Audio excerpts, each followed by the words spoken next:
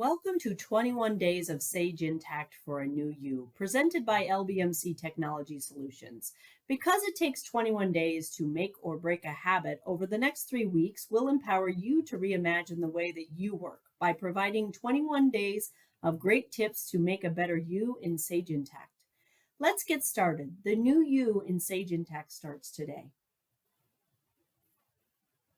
Day 7, installing a report package in Sage Intacct. This is a quick guide on installing pre-built report packages for enhanced reporting. You need to have security clearance to platform services, and you would go to custom packages, which is where this takes us.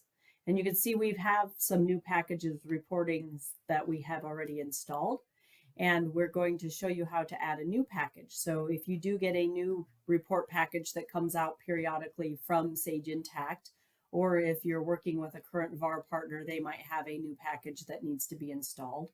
And what this does is it installs the ICRW reports within your environment so that you could access a library of reports that may be customized to be used for you in particular. So you have to download the package. And so that's what I've done here.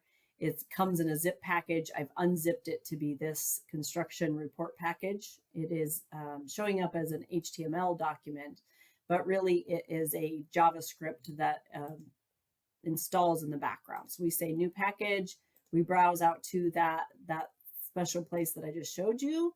We double click the package that is an XML file, and we say import. And that will install all of those reports that are, released in a library format into your Sage Intacct instance. Thank you for joining us today on our presentation of 21 Days to a New You in Sage Intacct. If you want to talk to an expert, here's our contact information.